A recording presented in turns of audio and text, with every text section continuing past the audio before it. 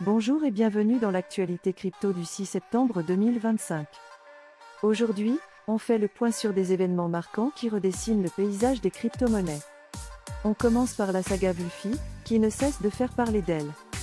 Justin Sun, fondateur de Tron et investisseur bien connu de l'écosystème, affirme que ces jetons Vulfi, d'une valeur estimée à 75 millions de dollars, ont été gelés sans explication claire.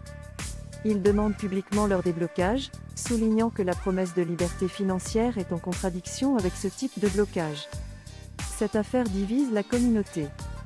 D'un côté, certains considèrent qu'il s'agit d'une mesure de protection pour éviter qu'un seul acteur ne dispose d'une influence trop importante sur le marché. De l'autre, beaucoup dénoncent une atteinte directe à la décentralisation et à l'égalité d'accès, qui sont censés être au cœur des cryptos. Pendant ce temps, Solana continue son ascension fulgurante. Les données récentes montrent que le réseau a dépassé Ethereum en termes d'activité transactionnelle et économique. C'est une étape symbolique qui renforce la position de Solana comme acteur incontournable de la finance décentralisée. Ces faibles coûts de transaction, combinés à une vitesse d'exécution élevée, attirent aussi bien les utilisateurs que les développeurs. Pour certains analystes, Solana n'est plus seulement une alternative à Ethereum, mais une véritable menace à sa domination historique. Sur le front de la finance traditionnelle, l'intérêt pour les ETF crypto ne faiblit pas. La société Bitwise a déposé un ETF Avalanche dans l'État du Delaware. C'est une première étape vers l'ouverture de ce projet au grand public à travers des produits régulés. Ce dépôt arrive dans un contexte où de plus en plus d'investisseurs institutionnels cherchent à obtenir une exposition aux altcoins sans avoir à gérer directement les portefeuilles crypto. Et bien sûr, le sujet qui passionne les marchés, c'est l'ETF Solana. Les analystes estiment désormais que la probabilité de son approbation frôle les 95%.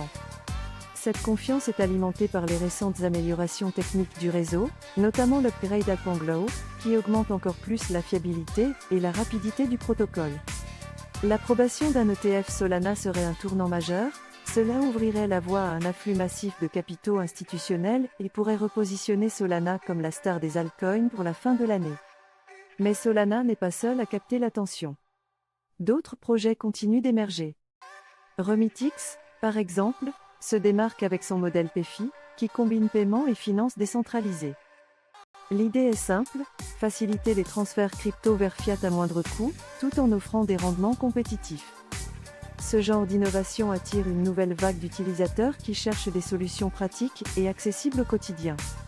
Quant à Bitcoin, malgré sa relative stabilité ces dernières semaines, certains experts estiment que septembre pourrait être un point d'entrée stratégique avant un potentiel rallye au quatrième trimestre. La baisse progressive des taux d'intérêt aux États-Unis, combinée à l'intérêt croissant des institutions, pourrait servir de catalyseur pour un nouveau cycle haussier. En résumé, la journée du 6 septembre nous rappelle que l'écosystème crypto évolue vite. Entre les controverses autour de Vulfi, la montée en puissance de Solana, l'arrivée de nouveaux ETF sur Avalanche et peut-être bientôt sur Solana, mais aussi l'innovation portée par des projets comme Remitix, tout indique que les prochains mois seront déterminants pour l'adoption et la régulation des cryptos. Merci d'avoir suivi ce résumé. Et rappelez-vous, cette vidéo est uniquement informative. Ce n'est pas un conseil en investissement. Nous n'incitons personne à acheter ou vendre des crypto-monnaies. Faites toujours vos propres recherches avant toute décision financière.